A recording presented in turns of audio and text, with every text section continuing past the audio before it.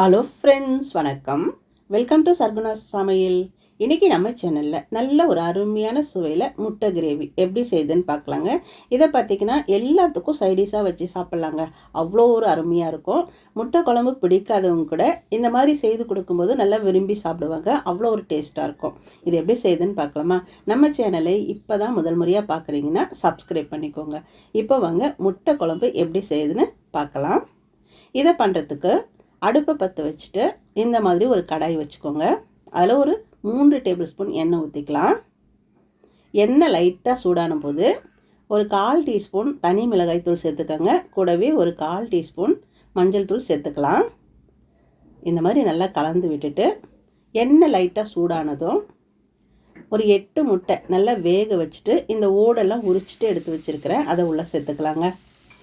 சேர்த்துட்டு அடுப்பை மீடியம் ஃப்ளேமில் வச்சுட்டு ஒரு 2 நிமிஷத்துக்கு இந்த முட்டையை இந்த எண்ணெயிலே நல்லா வறுத்து விட்டுக்கலாம். அவ்வளோதான், முட்டை நல்லா வறுபட்டுருச்சு. இப்போ இந்த முட்டைகளை ஒரு தட்டில் நம்ம எடுத்து வச்சுக்கலாம். முட்டை எல்லாத்தையும் எடுத்து வச்சுட்டு அதே எண்ணெயில் ஒரு 1/2 டீஸ்பூன் சீரகம் சேர்த்துக்கோங்க.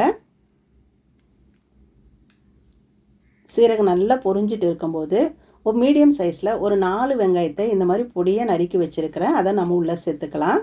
சேர்த்துட்டு கூடவே ஒரு கொத்து கருவேப்பிலையும் சேர்த்துக்கோங்க. இந்த வெங்காயம் பார்த்திங்கன்னா நல்லா கொஞ்சம் கோல்டன் ப்ரௌன் கலரில் வதங்கி வர வரையும் நம்ம வதக்கிக்கலாம். பாருங்கள், வெங்காயம் பார்த்திங்கன்னா இந்த அளவுக்கு வதங்கினா போதும். இந்த டைமில் ஒரு பச்சை மிளகாயை இந்த மாதிரி பொடியாக கட் பண்ணி வச்சுருக்கேன், அதை சேர்த்துக்கலாம். கூடவே ஒரு 2 டீஸ்பூன் இஞ்சி பூண்டு விழுது சேர்த்துக்கலாங்க. இஞ்சி பூண்டு விழுது சேர்த்துட்டு இதோட பச்சை வாசனை போகிற வரையும் நல்லா வதக்கி விட்டுக்கலாம்.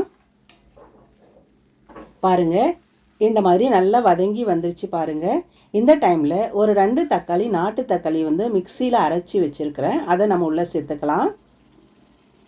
சேர்த்துட்டு இந்த தக்காளி பார்த்திங்கன்னா நல்லா வதங்கி இந்த தண்ணியெல்லாம் சுண்டி வர வரையும் நல்லா வதக்கிக்கணுங்க. அதுக்குள்ளே இதுக்கு ஒரு மசாலா ரெடி பண்ணிட்டு வந்துடலாம்.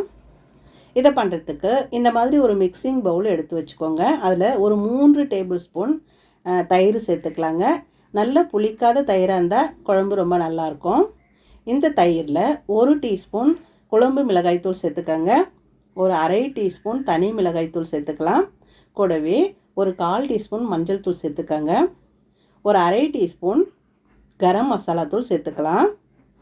1 டீஸ்பூன் காஷ்மீரி மிளகாய்த்தூள் சேர்த்துக்கலாங்க. இது காரம் ரொம்ப கம்மியாக இருக்கும், ஆனால் குழம்பு நல்லா கலர்ஃபுல்லாக இருக்கும், அதனால் சேர்த்துருக்குறேன். உங்களுக்கு வேணும்னா சேர்த்துக்கோங்க, இல்லைனா ஸ்கிப் பண்ணிக்கோங்க. இந்த மாதிரி நல்லா மிக்ஸ் பண்ணிவிட்டு ஒரு 1/2 டம்ளர் தண்ணி ஊற்றிட்டு நல்லா கட்டிகள் இல்லாமல் இந்த மாதிரி கரைச்சி வச்சுக்கோங்க. அவ்வளோதான், இது ஒரு பக்கம் இருக்கட்டும்.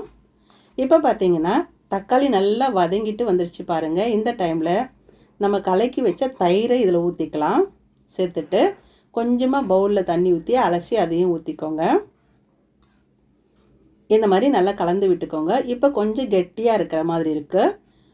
இன்னும் ஒரு 1/2 கப் அளவுக்கு தண்ணி ஊற்றிக்கலாம். தண்ணி சேர்த்துட்டு ஒரு முறை இந்த மாதிரி நல்லா கலந்து விட்டுக்கோங்க. அவ்வளோதான். இப்போது இந்த குழம்புக்கு தேவையான உப்பு சேர்த்துக்கலாங்க.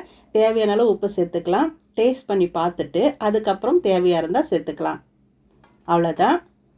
இப்போ மூடி போட்டுட்டு அடுப்பை மீடியம் ஃப்ளேமில் வச்சுட்டு ஒரு 7 நிமிஷம் நல்லா கொதிக்கட்டுங்க.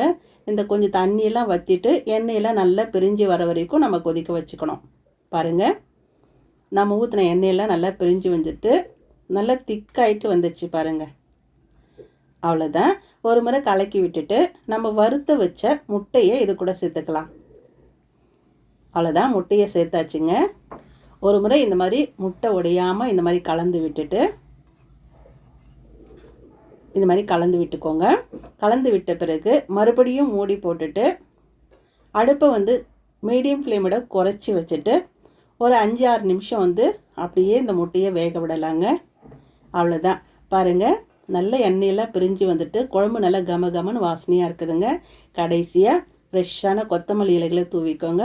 ஒரு ஸ்பூன் கஸ்தூரி மேத்தி இருந்தால் சேர்த்துக்கோங்க. இருந்தால் சேர்த்துக்கலாம், இல்லை பரவாயில்ல, கொத்தமல்லி இலைகள் மட்டும் சேர்த்துக்கலாம். சேர்த்துட்டு ஒரு முறை நல்லா கலந்து விட்டுக்கோங்க. அவ்வளோதாங்க, அருமையான சுவையில் முட்டை கிரேவி சூப்பராக தயாராகிடுச்சு பாருங்கள். இது எல்லாத்தோடையும் சைடிஷாக வச்சு சாப்பிட்லாங்க, ரொம்ப நல்லாயிருக்கும். நல்லா சுட சுட சாதத்தை 2 கரண்டி எடுத்து போட்டுட்டு கொஞ்சம் முட்டை கிரேவி வச்சு சாப்பிட்டவனா அப்படி இருக்குங்க. சாதத்துக்கு மட்டும் இல்லைங்க, இட்லி, தோசை, சப்பாத்தி, பூரி, இடியாப்பம் எல்லாத்துக்கும் சைடிஷாக வச்சு சாப்பிட்லாம். அவ்வளோ அருமையாக இருக்குங்க. ட்ரை பண்ணி பாருங்கள். இந்த வீடியோ பிடிச்சதுன்னா சர்குணா சமையலுக்கு சப்ஸ்கிரைப் பண்ணுங்கள், லைக் பண்ணுங்கள், கமெண்ட் பண்ணுங்கள். மறக்காமல் உங்கள் தெரிஞ்சவங்களுக்கு நிறைய ஷேர் பண்ணுங்கள். அப்படியே பக்கத்தில் இருக்கிற பெல் பட்டனையும் அழுத்தி விடுங்க. அப்போ தான் நான் போடுற வீடியோ உங்களுக்கு உடனுக்குடன் வரும். நன்றி, வணக்கம்.